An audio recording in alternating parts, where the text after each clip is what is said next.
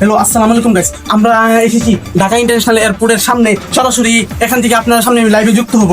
মানে শাহজালাল আন্তর্জাতিক বিমানবন্দরে আজ জানেন তো আপনারা, পাকিস্তান ও ইন্ডিয়ার খেলার মানে বাংলাদেশ থাকছিল প্লেয়াররা, তারা খেলা দেখবে, কিন্তু ইন্ডিয়া ও পাকিস্তানের লোকেরা তাদেরকে খেলা দেখার জন্য দিচ্ছে না। এই জন্য তারা সরাসরি বাংলাদেশে অবতরণ করেছে।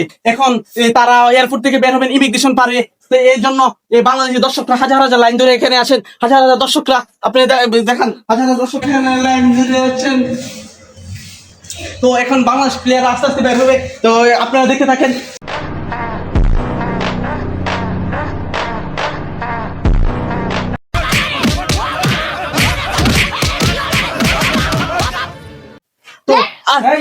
তো আপনারা দেখছেন সরাসরি লাইভের মধ্যে বাংলাদেশ প্লেয়ারকে তারা কিভাবে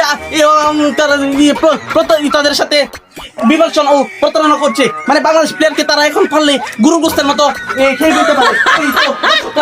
বাংলাদেশ প্লেয়াররা আপনারা এত খেলা আগে কিন্তু ফাইনাল দেখতে কেন পারছেন না? আমরা সরাসরি টিভির মধ্যে পর্দার মাধ্যমে দেখবো, তো আপনারা কেন ফাইনাল দেখতে আপনারা পাচ্ছেন না? খেলা না দর্শকরা আপনাদের কি বাংলাদেশ থেকে তাকে দেওয়া হয়নি?